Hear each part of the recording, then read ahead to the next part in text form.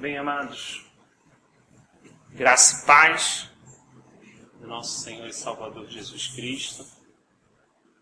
Nós hoje temos a oportunidade, a oitava oportunidade de estarmos aqui juntos. O Senhor tem nos dado essa graça e chegamos no quinto dia, Chegamos no quinto dia da criação. Eu vou colocar aqui o versículo exato que a gente vai ler. Sempre que caminhar um pouquinho para cá por causa da luz. Vamos ler. 20 até o 23.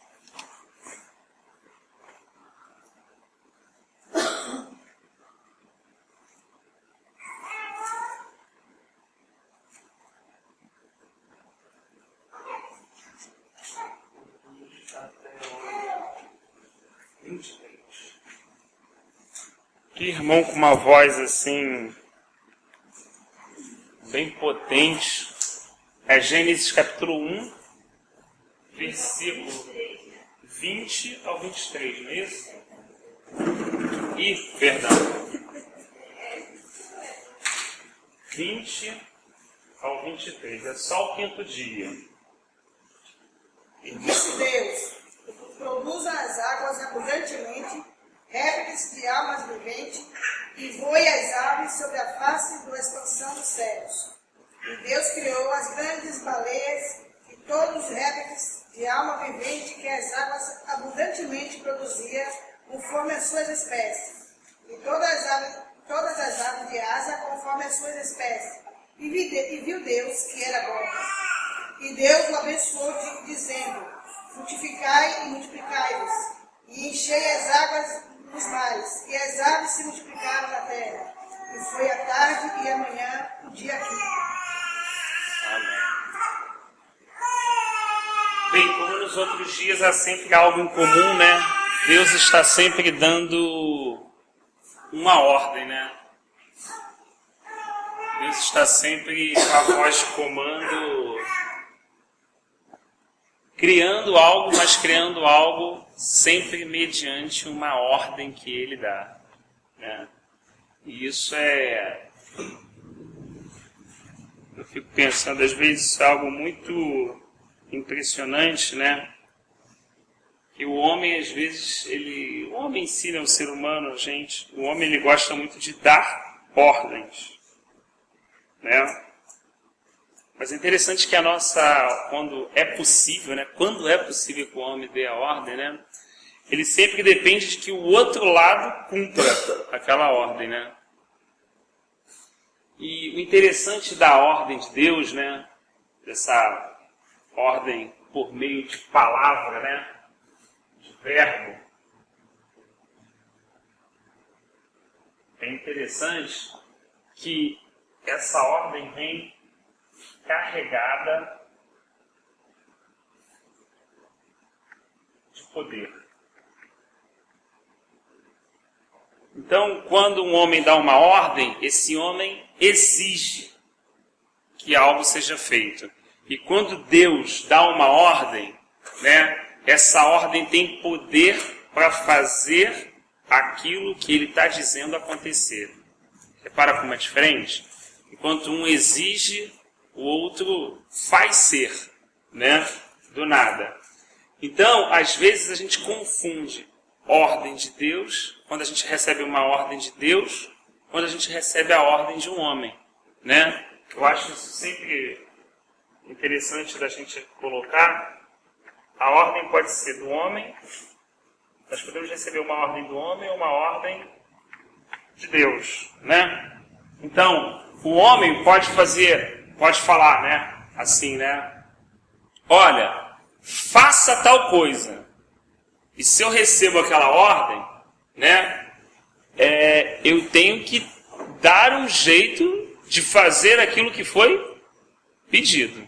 É tão simples assim, E às vezes a gente trata a ordem de Deus como a ordem do homem. Só que a ordem de Deus, ela é diferente. Ela vem o quê?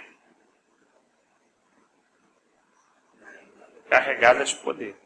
Então, quando Deus dá uma ordem, Ele não está só, como às vezes a gente entende, exigindo que alguma coisa seja feita. Junto com essa ordem, Ele está dando o poder e a capacidade para aquele que Ele solicitou aquela missão possa fazer. Olha como é que é diferente. Então, quando Deus dá uma ordem para Gideão, por exemplo, Ele não está exigindo que Gideão de si mesmo faça algo.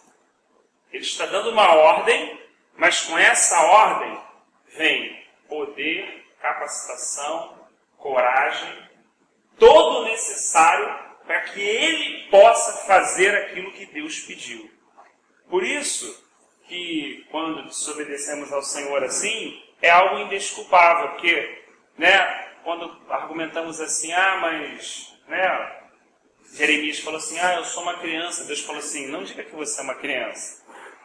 Porque o que eu estou te pedindo, você é capaz de fazer, porque eu estou dando todas as condições em você, por isso eu chamei você como profeta das nações, e fiz a sua testa como de bronze, para que você possa realizar essa missão.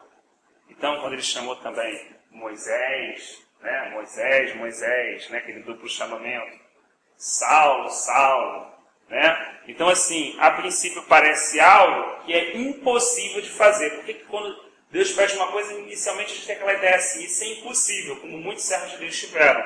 Porque a gente está acostumado a receber ordens de homens.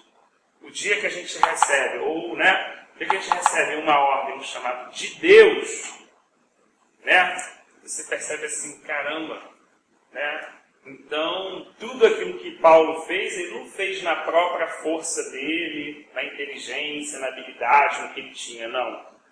Foi Deus que o capacitou, o preparou e colocou nele todas as ferramentas necessárias para que ele pudesse exercer. Então, olha como é que é interessante, então. Então, quando, diante de uma questão mais prática, assim, de um chamado, Dá alguns exemplos aqui, Um ministério, por exemplo, evangelístico. Um ministério como Efésios 4, Então, assim, se o Senhor chama alguém como evangelista, então o que a gente repara? Que o Senhor vai dar os dons àquela pessoa que recebeu esse chamado compatível com o chamado de evangelista.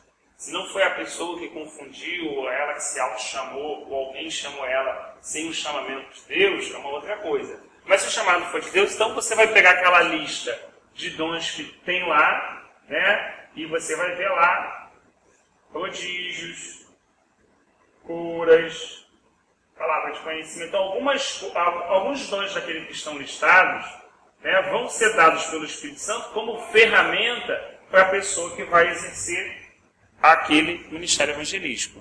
Seja também a pessoa que vai exercer um chamado profético. Então ela vai ter aqueles dons compatíveis. Ou um chamado pastoral, ou um chamado de mestre. Sempre os dons, sempre o Espírito Santo vai dar os dons compatíveis com aquele chamado que aquela pessoa recebeu. Então assim, nunca aquela pessoa, como Paulo fala, vai fazer aquela obra na sua própria força humana, no seu próprio conhecimento natural, no seu estudo. Não! Por isso que algumas pessoas confundem, Às vezes elas dão valor às pessoas que são altamente estudadas. Não! Na verdade é o Espírito Santo que vai capacitar, preparar e colocar as ferramentas necessárias na mão daquele indivíduo, daquela pessoa que foi chamada. Então assim, a gente vê pelo quinto dia essa repetição e sempre começando com uma ordem, Mas uma ordem que gera vida, uma ordem que produz, não uma ordem que pede, mas uma ordem que dá. Olha como é que é o contrário, Então assim, quando o nosso coração receber um chamado de Deus, ou uma direção de Deus, então, uma coisa estamos certos. Devemos ficar tranquilos, no sentido assim, tranquilo, de que o Senhor vai nos capacitar para que a gente possa fazer aquilo que Ele pediu para a gente fazer. Né? A única coisa que o Senhor exige de nós é um sim. É uma concordância. É uma rendição. E no final, uma obediência. Uma rendição. O que é você se render? É você não... Né, se você se render ou levantar a bandeira branca, né, não argumentar, não defender, não ficar num ponto oposto dizendo, não, mas não é isso, não, mas não é... Não, tá bom. Tá. Aceitar isso. Aceitar aquilo voluntariamente. Então, em vez daquela ideia que muitas vezes as pessoas passam, né, assim, é comum em alguns momentos ainda a gente escutar isso, né? Olha, Deus está te cobrando isso, está te cobrando aquilo. E às vezes a pessoa na caminhada cristã não sabe lidar com isso e se sente, meu Deus, como é que saídas eu vou ter? É importante a gente entender primeiro que Deus nunca, né, a própria palavra diz, né? Ele nunca nos dá provação alguma ou tentação alguma, nada maior do que a própria capacidade que Ele nos deu para resistir àquilo. Nunca. Porque isso é um princípio do caráter de Deus. Ele é um Deus justo. E um Deus, né, de equidade. Diz o Antigo Testamento muito essa palavra, um Deus de equidade. Então Ele é um Deus justo. Então tudo que Ele cobra é em cima daquilo que Ele revelou. Então se Ele está se relacionando com Adão e trouxe todo aquele conhecimento a Adão e revelou, não tem outras coisas ali, o que tem aquilo, Adão, de tudo isso é só essa questão aqui. Então Deus vai cobrar o quê? O que Ele não falou? Não. Ele vai cobrar aquilo que Ele acordou, aquilo que Ele revelou, aquilo que fazia a base daquele relacionamento, né? Então, assim, é muito importante então, a gente entender que no nosso relacionamento com Deus, né, Deus, na verdade, vai nos pedindo, né, mas, na verdade, esse pedido, essa ordem, no caso, né, não é exigência de força, capacitação, ser muito bom para fazer aquilo, não. É apenas uma rendição. Então, se eu me rendo, é aquilo que Isaías falou. Primeiro Isaías falou o quê? Vou morrer, né? Porque viu o rei, foi a primeira coisa que ele falou, né? Mas depois que ele entendeu, ele disse o quê? Sim, me rendo, envia-me a mim. Ele não olhou mais para ele, para a condição dele, ele entendeu e falou assim, não, o que o senhor está querendo é isso? Estou eu aqui. Então, o que Deus, na verdade, espera, né, ou Ele solicita dos seus servos, né, na verdade, uma rendição. A força é dele, a capacitação é dele, a ferramenta espiritual é dele, a palavra é dele. Como é que os profetas falavam? Lendo o Antigo Testamento, lembram? Isaías, Ezequiel, Jeremias. Porque veio a mim a palavra do Senhor no tempo do rei. Por que veio a mim? Porque não veio dele. Porque ele não inventou aquilo da cabeça dele. Porque ele não fez uma força assim, aí agora vê alguma coisa. Não. Porque aquela palavra veio do céu para ele. E ele apenas está repetindo aqui na terra algo que veio do céu. O que diz a palavra? Podemos dar alguma coisa se do alto não nos tiver sido dado? Né? Então, assim, o que Deus, na verdade, então, espera nessa questão? Rendição, para a gente se colocar nessa posição, né? E depois, fidelidade. Olha como é que são coisas simples. Então, às vezes as pessoas falam assim, não, porque eu tenho, mas como é que eu vou pregar? Eu vou ter que falar, eu vou ter que ser assim, eu vou ter que ser assado. Primeiro entender se Deus me chamou para estar cooperando dessa forma. Segundo, a capacitação, a revelação da palavra não vem por inteligência humana, né, pelo saber, por nada disso. Né? Vem pelo compartilhar do próprio Espírito. Então a única coisa que o Senhor solicita é a rendição, é a disposição de estar ali naquele tempo com Ele, compartilhando e tendo comunhão com o Senhor, seja onde a gente estiver. E depois, fidelidade, que aquilo seja passado da forma como foi recebido. Por isso Paulo fala lá a Timóteo o quê? Procureis homens idôneos e sérios, para que você possa, né, colocar esse depósito da mesma forma que um dia eu depositei ele em você. Então Paulo, toda vez que chegava numa cidade, obviamente, ia a pregação do Evangelho, normalmente metade da cidade se dividia, né, aqueles que aceitavam, os que não aceitavam, tinha um problema ali do judaísmo, então os que não aceitavam promoviam uma perseguição muito intensa, né, mas até dentro daqueles que aceitavam, ele procurava famílias, pessoas idôneas, para que ele pudesse transmitir aquele conhecimento. Né? Porque qual é a grande questão a grande questão no sentido da revelação da pessoa de Deus? Ela é passada de geração em geração. Puxa vida, o Evangelho aqui a gente ouviu. Eu ouvi do meu pai. Meu pai ouviu da minha avó. Minha avó faleceu agora dos 90 e poucos anos. Ela era a maior figurinha. Ela foi uma das primeiras pessoas que ouviram o Evangelho no Brasil. Só que ela ouviu, meu avô era muito ignorante, né? Então não deixava, então ela ficou tipo uns 20 anos em casa. Eu não podia ir para lugar nenhum, né? Mas crendo no Senhor, né? Crendo no Senhor, mas ali na condição, né? Até que depois meu avô permitiu, depois ele se converteu, mas ele tinha muita vergonha, ficava orando escondido no quarto, quem podia saber que ele orou. Pegava ele ali. Meu avô era desse tempo, entendeu? Até o dia que ele realmente se quebrantou e se entregou ao Senhor, mas bem já na sua velhice. Né? Então assim, nós ouvimos, e ela ouviu, né, de um missionário na época, bastante tempo atrás, 100 anos, bota aí bem novinha, né? Seus 16, 17. Então assim, olha a importância disso ser transmitido com fidelidade. Então, quando Satanás queria intervir de alguma forma no propósito de Deus, o que ele buscava fazer? Ele buscava interromper essa transmissão. Ele buscava promover em Israel, que Israel se afastasse do Senhor, para que ao se afastar do Senhor, Israel não ensinasse aos seus filhos o caminho de seus pais. E os seus filhos, quando tinham filhos, já não conheciam mais o Senhor.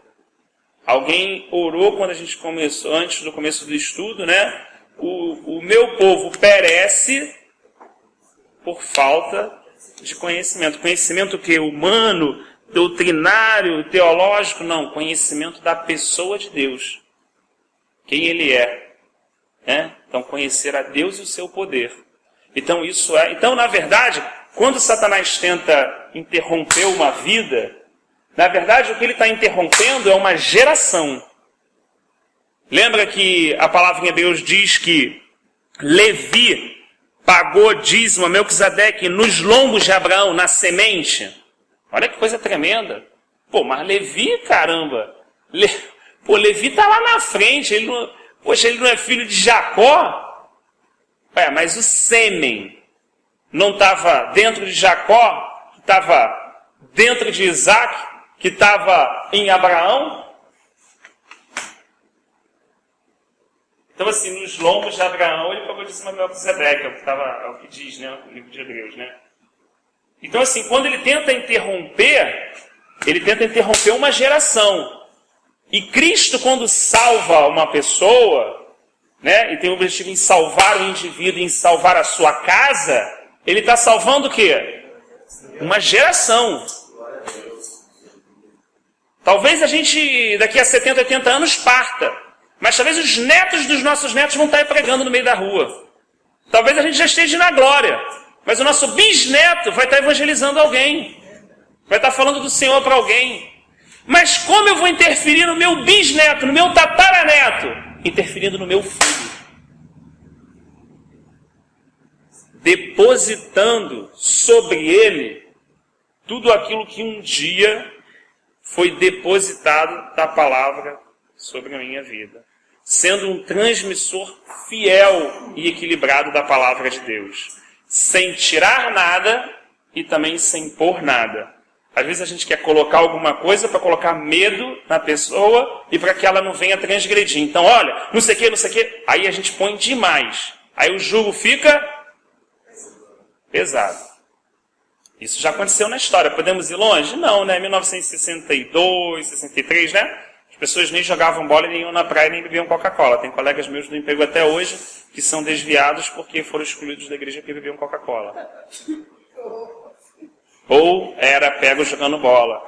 Isso foi uma realidade naquele tempo. Mas você pergunta assim, você acha que aquela pessoa, aquele irmão que estava cuidando desses irmãos, né? Ele fez isso propositalmente?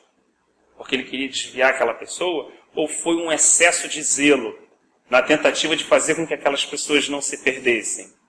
Não é assim? E outros, por sua vez, né, no outro ponto da balança, né, permitem qualquer questão ou qualquer comportamento e nunca age com nenhuma disciplina.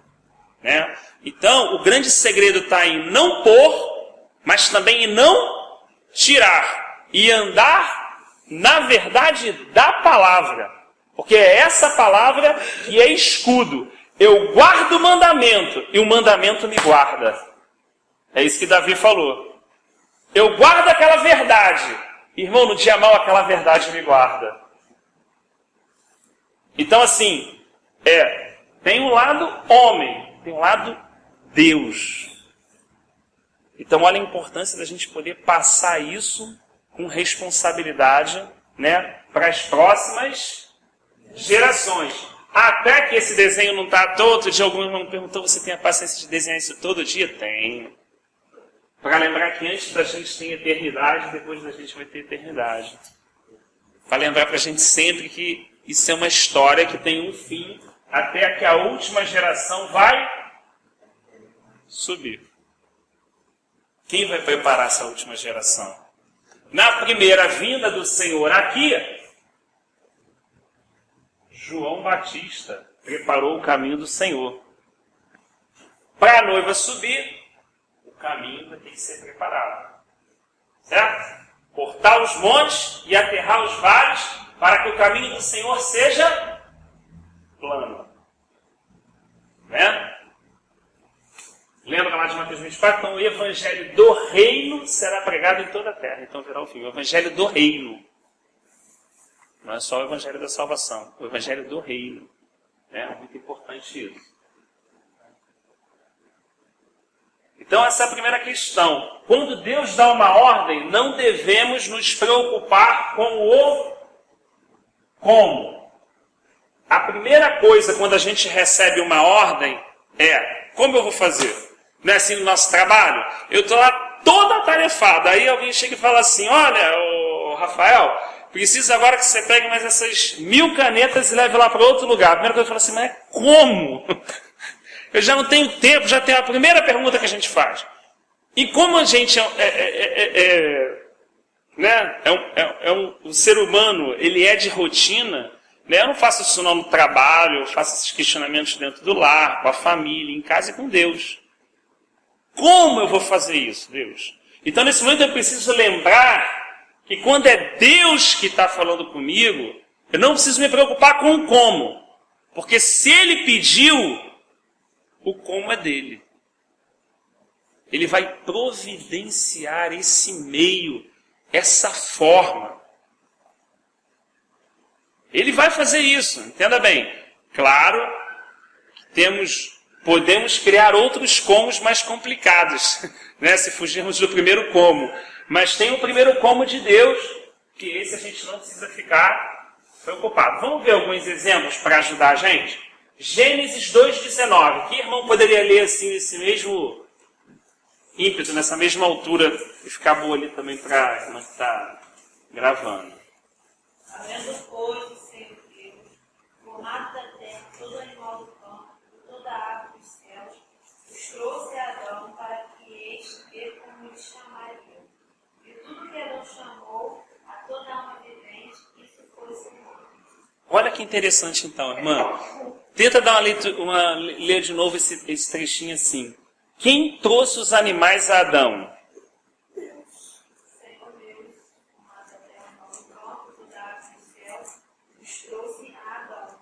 Perfeito. Então a gente acha que a primeira vez que os animais chegaram ao homem foi em Noé. A maioria dos irmãos tem essa consciência, né? Ué, quando é que os animais vieram ao homem? Ah, Noé. Não. Noé foi a segunda vez que Deus trouxe os animais ao homem. A primeira vez que Deus trouxe os animais ao homem foi em Adão. Então assim, Adão tinha que dar nome aos animais? Sim. Como é que ele ia dar nome a todos os animais que existiam? Já parou para pensar nisso, nessa missão? É que a gente lê ali, né, tá no dia a dia de manhã, orando, com o problema na cabeça, às vezes a gente passa, né? Bem, poxa, a gente está no 5º dia ainda, tudo bem que a gente já avançou para o 6º nesse versículo. Mas você já imaginou o número de aves? De animais terrestres? Tudo! Você vê um dia lá aquele programa que aparece animal, para você não lembra nem do primeiro. Então como é que você vai fazer alguma coisa como essa? Uma missão? Mas aí vem o como de Deus. Eu falei para você dar o nome. Eu não falei que você precisa ir atrás. Eu não falei que você tem que juntar. Eu não falei que você tem que enfileirar. Quem vai trazer os animais para você? Eu. Então Adão ficou lá e Deus trouxe todos os animais até ele. E ele deu o nome, como a irmã leu, o nome que ele deu, esse foi dado aos animais. Olha que coisa interessante. Então ele fez a missão dele. O que parecia impossível, foi possível.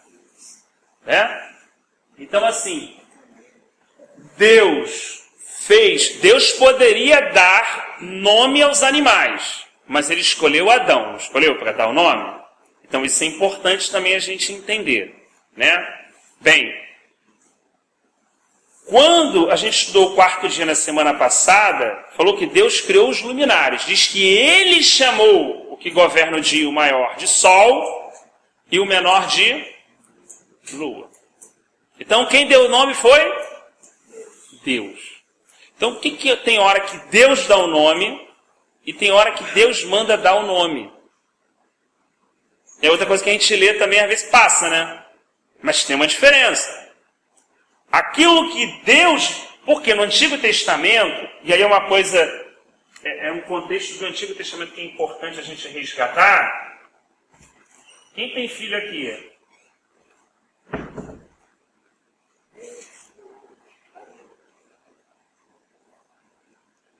Quem tem filho aí? A senhora tem filho? Então... Qual o nome do filho ou filha? Rafael, o nome dele? Ih, que bom, que bom. Rafael, Xará. Quem deu o nome dele? É? Tá bom. Quem deu o nome dele foi eu. Foi você? Por que você deu o nome para ele? Eu sei, mas por que não foi outra pessoa que deu o nome para ele? Foi você? Porque não foi o médico, não foi o enfermeiro que estava passando, não foi a pessoa que te deu carona. Então, no Antigo Testamento, quem dá nome é quem tem autoridade, é quem governa. Pai e mãe governam sobre o filho, por isso dá autoridade a ele. Quando Daniel foi trazido de Jerusalém para a Babilônia, o que Nabucodonosor falou? Teu nome não será mais Daniel, mas Beltesazar. Por quê? Quem dá nome é quem manda, é quem tem autoridade. Então, se Nabucodonosor tinha autoridade, ele dava o nome. Não é assim? Então, quem dá nome é quem tem autoridade. É quem manda. Então, quando Deus está dando nome às questões celestiais, ele está mostrando que o governo das coisas celestiais é dele. Mas quando ele está falando para o homem dar nome aos animais, é porque está falando, olha, o governo deles é seu. É você que tem que governar, é você que tem que sujeitar. É você que tem que tomar conta disso. Olha que coisa interessante, hein? Não é? Então quem é que tem que governar nossos filhos? Nós. Não é o pastor, o amigo, o irmão, o presbítero, fulano. No meu caso sou eu. E de muita misericórdia ao Senhor e ajuda, para que ajude a governar os meus filhos. Então, a questão do governo e da autoridade tem uma importância muito grande no reino espiritual. Porque toda vez que se abre mão de autoridade, alguém ocupa aquele lugar de autoridade. Então, se Adão e Eva, mais na frente a gente vai estudar, abriu mão dessa autoridade para governar e sujeitar, então vem Satanás e passa a governar e ter autoridade. Por isso, né, na nova aliança está muito claro que o mundo jaz no maligno. Por quê? A criação é de Deus, toda a criação, mas o sistema temporariamente, né, está imerso nas trevas. O mundo jaz no maligno. Oro, João 17, para que não, né, os tire do mundo, mas que os livre do mal. Então eles estão no mundo, mas não pertencem ao mundo, como nós. Porque o mundo jaz no maligno. Aquele que ama o mundo, disse João, o amor do Pai não está nele. Então, está falando que nós vivemos aqui num sistema, mas não fazemos parte deste sistema. Então, olha o que acontece quando a gente abre mão de autoridade. Então, se eu abrir mão da minha autoridade como sacerdote na minha casa, coisas que às vezes a gente aprende com duras penas, alguém vai ter autoridade. A autoridade nunca fica vazia. Né? Quando nos é dado qualquer tipo de autoridade espiritual, seja para governar filhos, seja para governar a casa, seja para exercer algum papel, precisamos exercê-la com sabedoria, equilíbrio e misericórdia.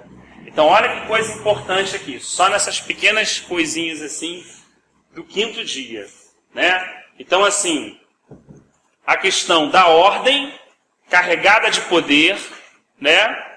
Não a ordem que cobra, mas a ordem que capacita para ser feita, né? O que Deus deseja, rendição e fidelidade, né? Então, por isso que algumas pessoas pensam assim, pô, esse negócio de ser crente não dá para mim não, cara. Pô, eu acho até bacana isso, parceiro, isso até é uma conversa maneira, mas para mim, não... sou muito ruim. Por que às vezes essa pessoa tem essa impressão? Porque de alguma forma o evangelho pode ter sido pregado errado para essa pessoa. Essa pessoa não recebeu a coisa genuína. Ela não entendeu que, na verdade, se amamos a Deus, o amamos porque Ele nos amou primeiro. Que ninguém pode dar nada para Ele se primeiro não receber. Que antes do seu sacrifício, Paulo diz em Romanos, éramos inimigos de Deus. Fomos transportados do reino das trevas para o reino do Filho do seu amor. Então antes nós éramos filhos da treva. Jesus falou claramente para aquelas pessoas, vocês são filhos do diabo, por isso vocês não me ouvem. Só que um dia eu também fui filho do diabo. Um dia eu também fui filho da treva. O meu entendimento estava cego. Eu não conhecia a verdade. Por isso que foi necessário que eu nascesse de novo, nascesse da água, nascesse do Espírito, nascesse do alto, nascesse da vontade de Deus e não dos meus pais. É isso que é a nova aliança, gente. Por isso, o primeiro é o homem natural, formado da terra, e o segundo, o homem espiritual, formado do alto. Por isso, não só o céu é o nosso destino, como a nossa origem. É isso que Paulo também explica na nova aliança. Então, olha, importante, como homem natural, não entendo nada. Como homem espiritual, não sou discernido por ninguém, mas posso discernir todas as coisas. É o que Paulo também coloca. Né? Então, assim, olha a importância, né, de quando essa pessoa entende isso, né? Entende, cara, não é para você não é um conserto, não é um reparo, não é uma melhora, não é uma reforma, não. Cristo morreu para que eu pudesse me identificar com a morte dele, morrer junto com ele, e ele ressuscitou para que eu possa ressuscitar em novidade de vida. Então é outro cabra, não tem nada a ver comigo. Então como é que não dá para você? Rapaz? Deu para mim, é ruim demais e deu para mim, como é que não vai dar? Porque não tem a ver com a minha condição e tem a ver com o poder da obra que ele fez e quem ele é como pessoa, como Senhor do universo. Então como é que não dá? Não, mas eu não me perdoo. Mas você tem autoridade para não se perdoar? Só tem autoridade para perdoar aquele que detém a dívida. Se eu estou devendo ao banco, e o banco me perdoar, adianta eu falar assim, eu não me perdoo, se o cara lá quitou a dívida do banco, adianta eu falar isso? Se eu chegar lá e falar assim, me dá uma olhada da conta aí, o que vai aparecer? Zero, pô! Quem decidiu perdoar? Não foi o cara que detém a dívida? Adianta eu achar que eu não tenho? O meu papel não cabe. Então adianta eu falar assim, eu não sei, se a pessoa que detém a dívida veio em carne, habitou entre nós como homem, se esvaziou da sua glória, morreu com uma morte de cruz, despojou principados e potestades na cruz e rasgou as nossas dívidas, quem sou eu para dizer que ela não está rasgada? Irmãos, estamos perdoados. Isso é uma realidade em Cristo. Recebemos perdão, irmão. Isso é real como essa mesa que a gente está batendo aqui. A mais real que essa mesa. Mais real. Fomos perdoados. Então, por que ficar preso numa sala do passado? Então, por que ficar imaginando que algum dia, alguma coisa... Por que não deixar para trás, como Paulo falou, e avançar para Cristo? Não, mas não sei o que, não sei o que. Não, irmão. Para trás as coisas que ficam e avanço para Ele. E avançando para Ele, porque o morrer é lucro e o viver é Cristo. E o quanto eu posso viver, eu vou viver olhando para Ele e quando terminar eu vou para o céu, parceiro. Não quero saber o que ficou para trás. Porque a obra dele foi tão suficientemente poderosa e perfeita que aplacou a ira do Pai. Porque o pecado solicita justiça. E na justiça vem a ira. Ela deveria ser desafogada em alguém. Alguém deveria pagar. Só que é aquele texto lindo de Isaías, né? Olhando ele, vendo que não havia um justo sobre a terra, e não havia quem pudesse pagar a sua própria dívida. Por isso Davi olha dessa forma também. Quem pode ser absorvido das faltas que são ocultas, Senhor? Vendo ele que não tinha, o seu próprio braço trouxe a salvação. Então ele vem e fala, Pai, a ira, a fúria, a justiça caia sobre mim. Ela tem que ser exercida. Por isso Isaías 53. Tem que ser exercida, não tem jeito. Então se ela tem que ser exercida, então que toda enfermidade, toda dor e toda transgressão venha sobre mim naquele madeiro. Porque a dívida ela só pode ser paga uma vez também, irmão. Se eu estou devendo R$1.000 ali o banco, chegou a irmã, pagou os R$1.000 para mim, você não pode chegar depois e pagar os R$1.000 de novo. Está pago. Até criminalmente. Sabia disso? Se alguém é preso injustamente, aquela pessoa paga a dívida, mesmo que você encontre depois a outra, ela não pode pagar. Porque foi paga já aquela dívida. Já aconteceu uns 2, 3 casos desse na justiça, né?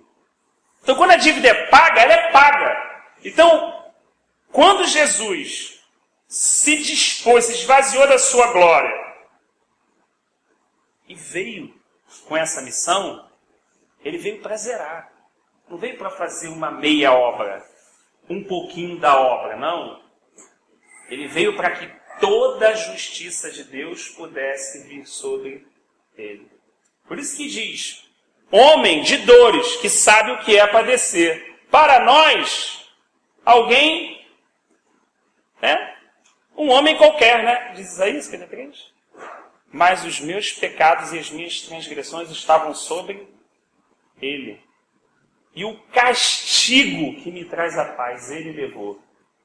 Eu posso sentir paz hoje, porque a dívida é zerada. Mas ela é zerada porque alguém levou esse castigo. Então a paz que eu desfruto, porque desfruto dela em Cristo, desfruto porque alguém um dia pagou caro por ela. E quem pagou caro foi o Filho de Deus. Por isso ele se torna o nosso, por isso que nós não temos como não reconhecer que ele é nosso Senhor. Ele realmente é o tudo para nós.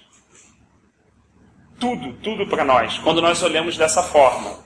Né? Se a gente pudesse enumerar as nossas faltas todas, imagina, desde pequeno tudo.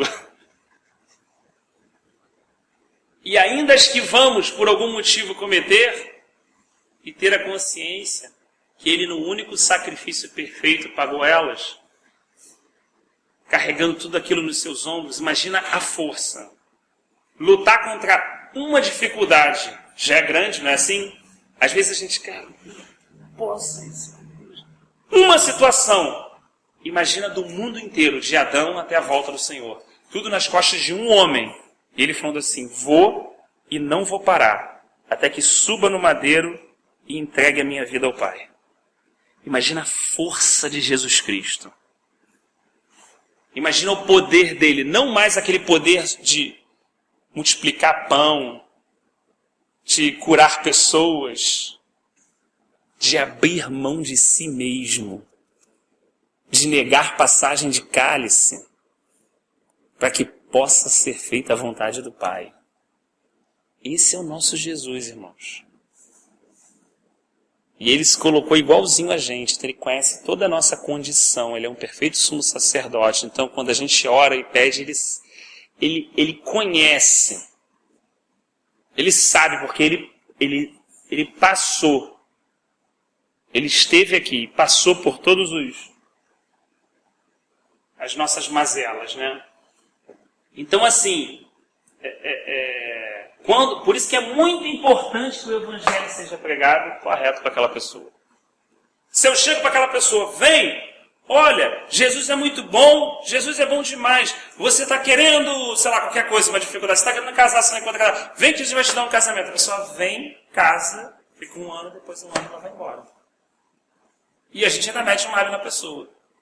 Agora Jesus deu um casamento, ela foi embora. Claro, pô. Foi isso que você pregou. Ela está super coerente, ela está corretíssima. Agora, se eu pregasse o que está escrito,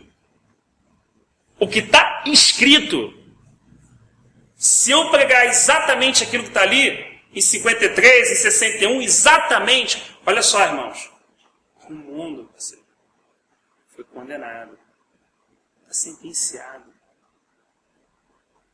Só tem um caminho. Um caminho, veja bem, não é um local, só tem um caminho. Só tem uma porta.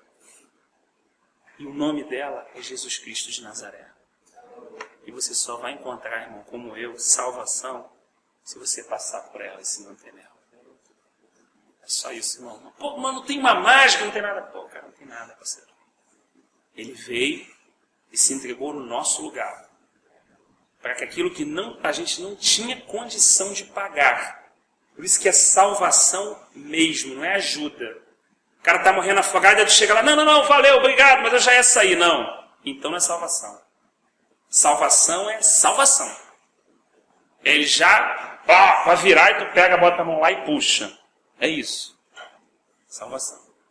Então ele de fato nos salvou. Então, quando a gente fala da ordem, né? Aqui, a ordem de Deus, então tem duas etapas. Receber aquela ordem. Então, como é que vem a capacitação? Graça. Segundo passo, rendição. Depois, obediência. Então não é obedecer na própria força. Porque senão aquilo se esvai. Quando a gente faz na nossa própria força, duas coisas acontecem. Uma, vaidade, porque a gente conseguiu aquilo e a gente atrela que aquilo que a gente conseguiu veio de algum esforço nosso, pô, então eu mereço. Falar nisso, eu tô nisso aí porque eu também, é direto, eu leio, cai dentro e busco e, não tem como. Se é entendido dessa forma, vem a vaidade. Com a vaidade vem o orgulho espiritual. Né? Se eu entendo que a ordem de Deus vem cheia de graça, Então essa graça me invade. E essa graça operando em mim me capacita a orar, a ler, a jejuar. E eu obedeço a Deus como resultado dessa graça que invade. Ainda que em algum momento eu tenha uma escolha, a de me render. A rendição é um momento crítico de luta de cada um de nós. Não é se vai obedecer depois, é uma consequência do se render, né? Então é muito importante quando a gente entende isso aqui antes de entender a ordem, né? Então, quem pode ler Gênesis 6:20? Com essa voz também potente aí.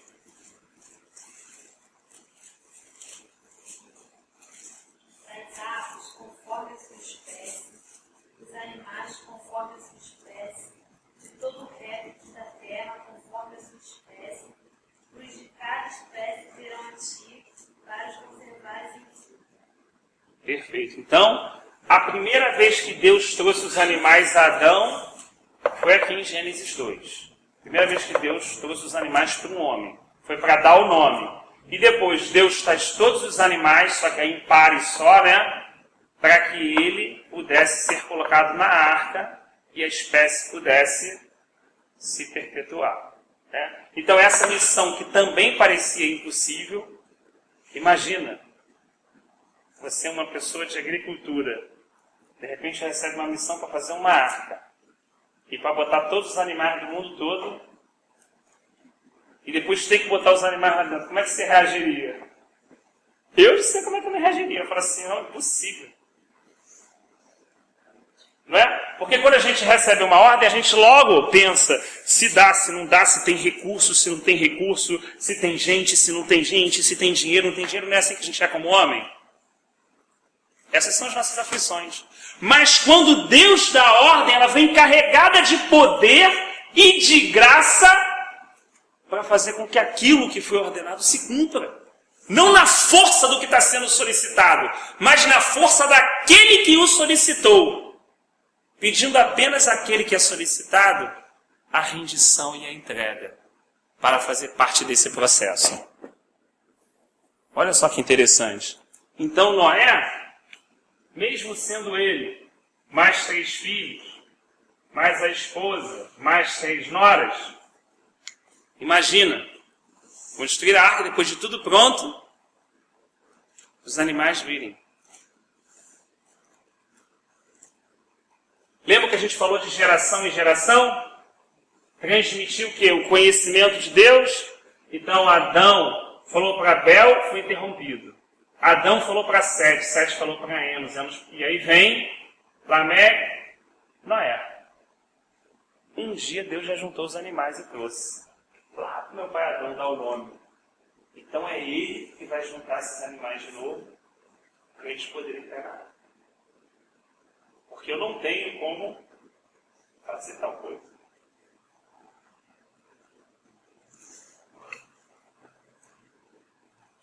A rendição é suportada pela fé, que vem pelo ouvir e ouvir a palavra de Deus, o verbo de Deus, o que Deus fez e quem Ele é. Não ouvir de forma repetitiva, mas ouvir e entrar aquilo que produz fé. Deus já fez isso. Ele vai trazer no momento certo quando acabar a arca. E ele terminou ali, o que aconteceu? Os animais apareceram ali? Ou você acha que ele saiu dali e foi pegar uma girafa lá não sei aonde, foi lá não sei aonde, aí foi... Mas não é assim que a gente faz? Eu pelo menos faço assim, vai resolver aquele problema lá não sei aonde, vai fazer não sei o que, vai fazer isso, corre e dá a volta, fica enrolado, dá pirueta e vai, aí perdeu o tempo, aí entra de novo, não é assim? Porque nós queremos fazer a maioria das coisas da nossa vida na nossa força. Isso não é que a gente tenha que ser uma pessoa, baiano deitado lá, assim, desculpa os baianos presentes assim, só usando, irmão, o contexto das brincadeiras, né, que faz os cariocas também são preguiçosos demais. Eu me considero um carioca preguiçoso também. Não se sinta ofendida por isso. Então assim, mas a gente quer resolver as coisas na Força quer ter o controle, né? E a gente sabe que quando Deus dá o sinal verde, a coisa flui. A gente já tem essa experiência nisso. Puxa vida, a gente for fazer uma coisa, às vezes a gente dá muita volta. E quando tem sinal verde de Deus, aquela coisinha fluiu. E caramba, nem fiz força. Não fiz força para ali. Mas e a força que eu fiz para segurar minha alma, para esperar no Senhor até Ele abrir o sinal verde? Então esperar, irmão, necessita energia. Mais do que para fazer. Por isso Davi fala o tempo todo, aquieta-te a minha alma. Seja tu como um neném no colo de uma mãe, amamentando. Tudo que eu quero é que minha alma se aquiete, que ela se aquiete, que ela não fique ansiosa, que ela não queira controlar, que ela não queira dominar as situações, que ela aprenda a esperar em Deus, porque aqueles que esperam renovam as suas forças. Se eu não espero, eu vou ficar cansado, é o contrário. E se eu espero em Deus, as minhas forças são renovadas. Repito, esperar não é questão de parado, não fazer nada, não. Interiormente.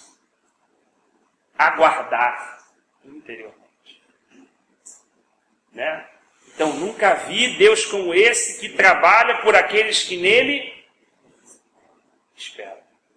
Então, eu espero, Deus vai estar esperando interiormente. Ainda que Deus exija que eu faça algo assim, mas interiormente eu estou aguardando em Deus. Aguardando até que venha o verbo, a ordem, o sinal verde. Aí o sinal verde vem e flui. Isso não significa, irmãos, uma palavra sempre equilibrada, né? Eu gosto de deixar a coisa sempre equilibrada. Isso não significa que a gente tenha embates terríveis. A gente tenha embates terríveis. Você vai falar, Rafael, está falando isso, mas... Há situações práticas que fluem, há situações que são embates terríveis, mas lembra do que a gente leu de Josué na semana passada? Eles tiveram que ficar a noite toda lutando, não foi? Mas o que disse da pedra de granizo? Que matou mais do que a espada deles. Então, ainda quando há o embate, é que a gente não consegue, às vezes, eu pelo menos não consigo ter a visão espiritual. Esse embate é para que Deus abra os meus olhos e eu vendo essa situação do embate, me torne uma pessoa mais vigilante e atenta em relação às coisas que estão acontecendo ao meu redor. Porque, na verdade, se eu estiver no embate solto, eu estou morto. Na verdade, é o general dos exércitos está marchando na frente. Se não for a espada dele, o que adianta a minha? Se não for o granizo que ele mandou lá para matar. Então pode ser Moisés. Levanta a mão, o povo ganha. Mas ao mesmo tempo não tem força para manter a mão levantada. Caramba, o cara levanta a mão, olha o poder aí. Ele levanta a mão, tudo acontece. Beleza. Mas como Deus é sábio e é equilibrado, ele levanta a mão e acontece, mas ele não tem força para segurar a mão dele. Então tem que vir um irmão e... Calma aí, irmão, vou te ajudar. Fica aí. Vou segurar aqui a tua mão. Quem está tendo vitória? É a mão que está levantada? É quem está ajudando a segurar a mão? Ou é a pessoa que está lutando lá na ponta?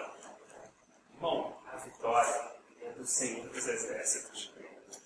Ainda que uma hora ele precise de alguém com a espada na mão lutando, outra com a mão levantada orando, e outro segurando a mão do que está orando. Mas a vitória é do Senhor. E quando a gente compreende isso e acha o nosso lugar no corpo, agora a espada. Vou daqui, pá, mão embate, o bicho pegando, legal. Cara, que luta e tal. Tem hora que Deus vai dar uma viada, troca aí. Aí eu vou lá e vou ficar agora segurando a mão do irmão. Tem hora que a minha mão não vai levantar. Mas qual é o perigo disso? O perigo é eu com a espada... Pá, e cai o cara lá e eu, caraca, aí ó, pá, sou ferão mesmo, aí ó, pá, brinca comigo não que eu sou o bicho mesmo. Aí o cara que está levantando a mão fala assim, meu irmão, tu é o bicho, eu sou o cara da oração, parceiro, se eu não orar aqui, nada acontece aí. Aí chega o outro e fala assim, mas eu sou do poder, se eu não levantar a mão, meu irmão, não adianta nada, você está orando e você com a espada. E aí está todo mundo nessa briga perdendo. Porque ninguém conseguiu entender que tudo que usamos vem do alto, vem do céu, vem de boa dádiva, vem do Pai Celestial, não nasceu na terra, não vem de Adão, vem de Cristo. Então você está lutando e fala assim, a paz aí, irmão, está segurando aí a paz, tal, tá tranquilo. E o outro, paz, irmão, pai. Entendendo que somos um corpo, mas a vitória, a força e a perseverança vem do Senhor dos Exércitos. Quando temos essa compreensão, como conseguimos nos mover no corpo? Como conseguimos ser mais frutíferos? E às vezes com poucas ações, até ajudar mais, de forma até imperceptível às vezes. Que nem pareça. Então, é a diferença entre a ordem do homem e a ordem de Deus. Então isso é importante. Então aqui a gente viu a ordem de Deus. Agora olha só o que aconteceu. Lembra que nós falamos de cobertura e obediência? Então Deus, Adão, estava debaixo dessa cobertura. Como é importante estarmos debaixo da cobertura dos irmãos. Sempre debaixo da cobertura dos irmãos, né? Então, Adão estava debaixo da cobertura de Deus.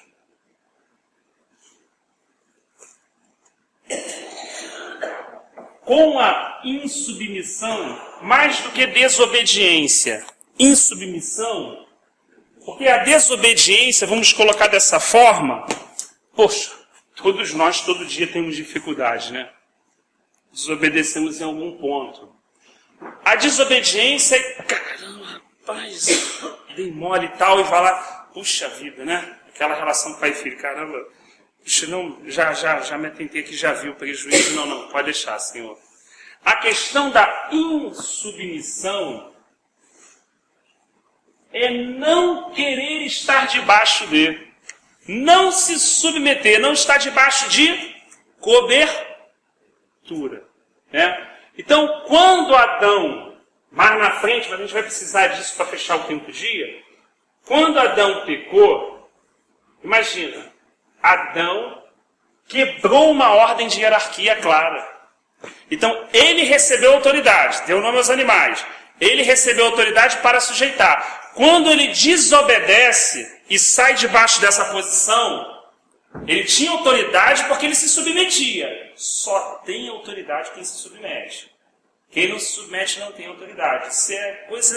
Eu vi isso na minha casa desde pequeno, né? Minha mãe pintava o caneco em alguma situação, não submetia ao meu pai e perdia autoridade sobre os filhos. Não tem como. Só tem autoridade quem se submete.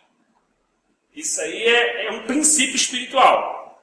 Então, Adão estando debaixo de autoridade, ele podia sujeitar.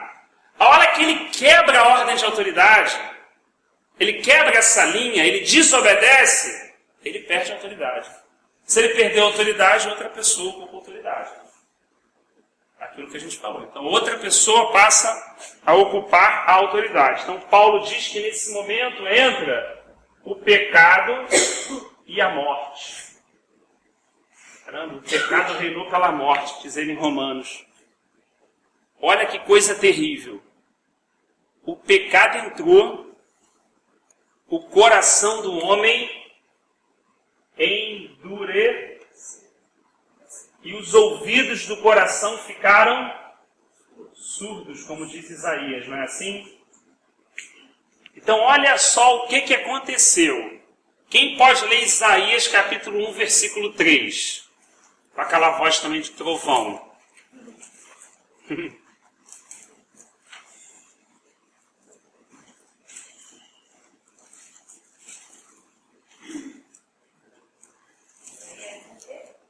Isaías capítulo 1, versículo 3. Boi conhece o seu possuidor, e jumento manjedor do seu dono. Mas Israel não tem conhecimento. Meu povo não. Olha que coisa importante. Então, o boi conhece o seu possuidor, o seu dono. E o jumento conhece a sua manjedora. Olha só. Mas Israel não tem conhecimento, não me conhece. Então, olha a quebra que houve aqui de geração, ó. Pumba. Então, estamos vendo uma geração aqui no tempo de Isaías, que é povo de Deus, mas não conhece a Deus. É possível isso? Sempre. Povo de Deus que não conhece Deus. É povo de Deus. Aqui, povo de Deus. Isaías, povo de Deus. Estamos falando de Israel. Aqui nesse momento histórico, eleito lá em Abraão. Povo de Deus. E tem um profeta falando com eles porque eles são povo de Deus. Senão não teria nem profeta falando com eles, concorda? Se tem um profeta chamando eles para o caminho, é porque eles saíram do caminho.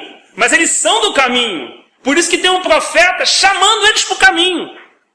E usando uma figura forte, dizendo, o boi, que não é um animal muito inteligente, nós sabemos disso, animal de carga, conhece seu dono, o jumento, que é um animal, digamos assim, muito menos inteligente, conhece sua manjedoura, mas Israel, meu povo, não me conhece. Então, olha o que acontece, olha com o que vem acontecendo com aquela quebra. Né? Então, em momentos de desespero, o povo de Deus faz o quê? Estamos analisando aqui esses momentos históricos. O povo chora, o povo grita, o povo berra, o chicote é duro, e eles clamam a um Deus que eles não conhecem, como foi no Egito. E mesmo clamando esse Deus que eles não conhecem, mas conhecem o nome ou conhecem por Deus de seus pais, Deus sempre ia lá e os libertava. Certo? Mas a libertação é o processo final. O que Deus queria é que eles fossem só libertos. O que eles queriam é ser libertos, porque tinha uma opressão grande. Mas se ele falou do boi e do jumento, o que ele espera agora que eles estão libertos? É que agora ele os conheça como ele é. Puxa, então a libertação tem um propósito. Olha a graça. Então ela tem um propósito. Ela nos chama para fora, salvação, êxodo do grego, né? Mas para nos fazer conhecer o Pai e o Filho. Então, por isso, conheçamos e prossigamos em conhecer o Senhor, diz o Espírito Santo na boca do profeta. E a vida eterna é essa, que conheçam a Ti como único Deus verdadeiro e a Jesus Cristo a quem enviaste. Então, conhecer. A vida eterna é conhecer. Essa eternidade que está aqui, ó, daqui da volta para lá toda, que a gente sempre coloca aqui, é o quê? É conhecer. Tem um texto bonito em Apocalipse que fala sobre, né, o Evangelho eterno. A gente prega que o Evangelho com o objetivo de salvação, para que as pessoas conheçam, porque se não conhecerem, né, como precisam ouvir, né, senão se alguém não fala não tem como ouvir, se ela não ouve não tem como crer, né? Mas na eternidade, sempre pregado para a glorificação do Cordeiro, da obra que ele fez, que jamais será esquecida. A obra do Cordeiro jamais será esquecida, ela é perfeita. A obra do Cordeiro de Deus, a obra que o Filho de Deus fez naquele madeiro, ela é inesquecível, imortal. Ela é pelos séculos dos séculos para sempre, sempre. Lembra dos anciãos que estavam lá no trono, que tinham uma certa posição no sentido assim, dada pelo próprio Deus? O que acontecia quando vinha aquela fumaça? Eles tiravam as coroas e faziam assim, ó. Digno é ele de receber a honra, a glória, o poder, o louvor. Eles não conseguiam ficar sentados. Ué, mas não foi o Senhor que chamou eles para sentar no trono? E também não é uma promessa a carta às 7 igrejas, todo aquele, né, que vencer como eu venci, então você sentará ao meu lado como eu venci, sentei ao lado do meu Pai? Não é uma promessa? É uma promessa. Foi dado? Foi dado. Mas quando ele olha para a condição dele, quando ele olha para a obra do Cordeiro, ele tira a coroa, entrega e fala, não, a ele a glória, a ele o louvor, para todo sempre. Ainda que hoje eles, naquele contexto, não estejam mais num corpo corruptível. Mas ainda assim a glória. Porque tudo foi por ele. Para ele volta para ele. Né? Então, o povo se encontra nessa situação. O que o Espírito de Deus queria fazer? Arrancar o clamor, para que houvesse um clamor genuíno. Com esse clamor vem a libertação. Para a libertação, que está falando da graça, poder operar o quê? O conhecimento. Conhecer a Deus. Saber quem Deus é. De fato, como pessoa, não como religião. Né? Ainda dentro dessa questão aqui, olha como hoje funciona a questão da hierarquia. Tiago 4,7. Para complementar com essa aqui, ó. Quem poderia ler?